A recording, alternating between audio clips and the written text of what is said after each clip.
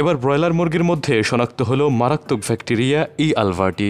4 জেলা থেকে সংগ্রহিত 17টি ব্রয়লার নমুনায় সবগুলোতেই শনাক্ত হলো প্রাণঘাতী এই ভাইরাস।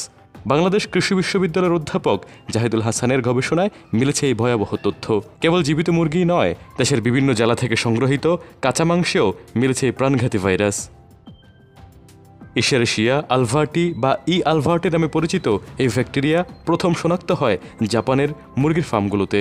এটি কালাইয়েরই এক ভয়ঙ্কর রূপ।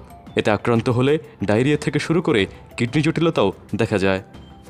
গবেষকদের ধারণা, সংক্রমিত ব্রয়লার মুরগির মাংস খাওয়ার কারণে এই ভাইরাস মানবদেহে ছড়াচ্ছে।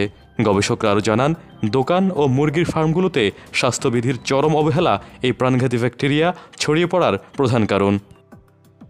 শুধু মাংসই নয়, মুরগির বিষ্ঠা, কাটার ছুরি, দোকানকর্মীর হাত ও ব্যবহৃত সরঞ্জামেও মিলেছে এই ভয়াবহ জীবাণু, যা সহজেই প্রাণী থেকে মানবদেহে ছড়িয়ে পড়তে পারে।